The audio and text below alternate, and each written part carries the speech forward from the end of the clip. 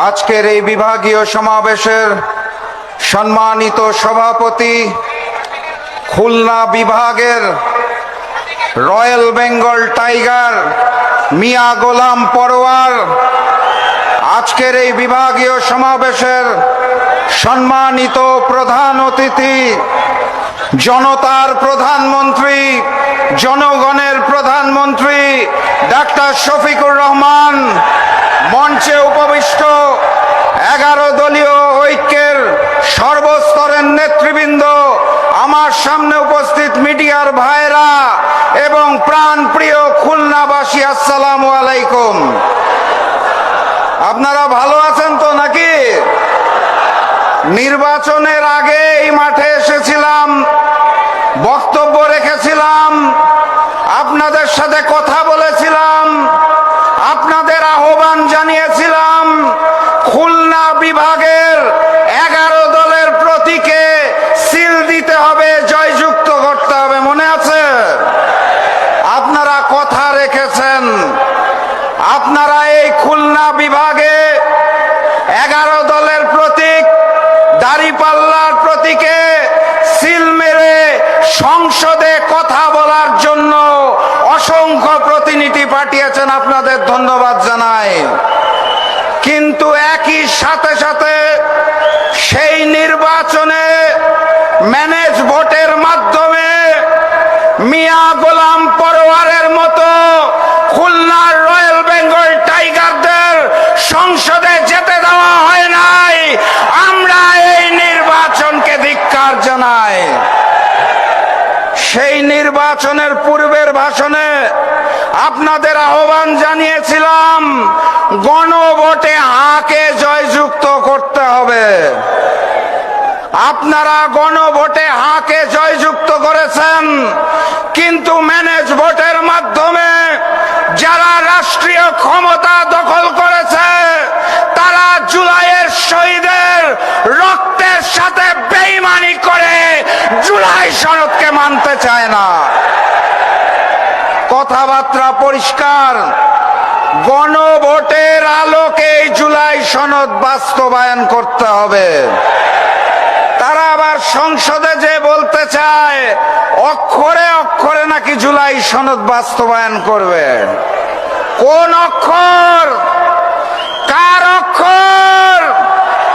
আমরা হিন্দুস্তানের অক্ষর চিনি না, আমরা বিএনপির গুলশান অফিসের অক্ষর চিনি না, আমরা জুলাই শহীদদের অক্ষর চিনি, গণভোটের অক্ষর চিনি। গণভোটে যেই রায় এসেছে সেই অক্ষরে জুলাই সনদ বাস্তবায়ন করতে হবে। কথা ঠিক আছে তো নাকি? প্রস্তুত আছেন তো নাকি? যদি না হয় সংসদে, সমাধান হবে রাজপথে। সংগ্রামী সাথী এবং বন্ধুগণ, আকাশে প্রচন্ড রোদ, প্রচন্ড তাপ। এই আকাশে কালো মেঘ দেখা যাচ্ছে, ছুটে আসছে ওই হিন্দুস্তান থেকে। অখণ্ড ভারতের স্বপ্ন দেখা হচ্ছে। ভারত থেকে নবনিযুক্ত হাই কমিশনার এসে অখণ্ড ভারতের গল্প শোনাতে চায় আমাদের। আমরা স্পষ্ট ভাষায় জানিয়ে দিতে চাই, আমাদের ভূখণ্ডের সিদ্ধান্ত 1947-এ হয়েছে, 1971-এ হয়েছে, 2024-এ হয়েছে। আমাদের স্বাধীনতা এবং সার্বভৌমত্ব নিয়ে ছিনিমিনি খেলার চেষ্টা করবেন না। এই খুলনা অঞ্চলে দীর্ঘদিন ধরে হিন্দু এবং মুসলমান কাঁধে কাঁধ মিলিয়ে বসবাস করছে। কোনো সমস্যা আছে? নতুন করে ভারত থেকে দাবি তোলা হচ্ছে রয়ের প্রেসক্রিপশনে হিন্দুদের জন্য নাকি বাংলাদেশে আলাদা ভূখণ্ড প্রয়োজন। বাংলাদেশে হিন্দু মুসলমান কোনো ভেদাভেদ আছে? ভেদাভেদ আছে ওই ভারতে। ওখানে কুরবানি করতে দেওয়া হয় না, ঈদের নামাজ পড়তে দেওয়া হয় না। আমরা তো ভারতের 20 কোটি মুসলমানের জন্য আলাদা ভূখণ্ড চাই নাই। আপনারা কেন বাংলাদেশের দিকে চোখ দিচ্ছেন?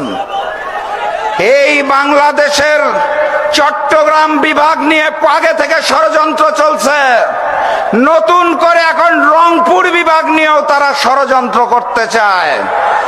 কথাবার্তা পরিষ্কার, আমার চট্টগ্রাম, আমার রংপুরের দিকে চোখ দিলে ওই হিন্দুস্তানের 7 সিস্টার চূর্ণ বিচূর্ণ হয়ে যাবে ইনশাআল্লাহ। সংগ্রামী সাথী এবং বন্ধুগণ, বক্তব্য দীর্ঘায়িত করব না।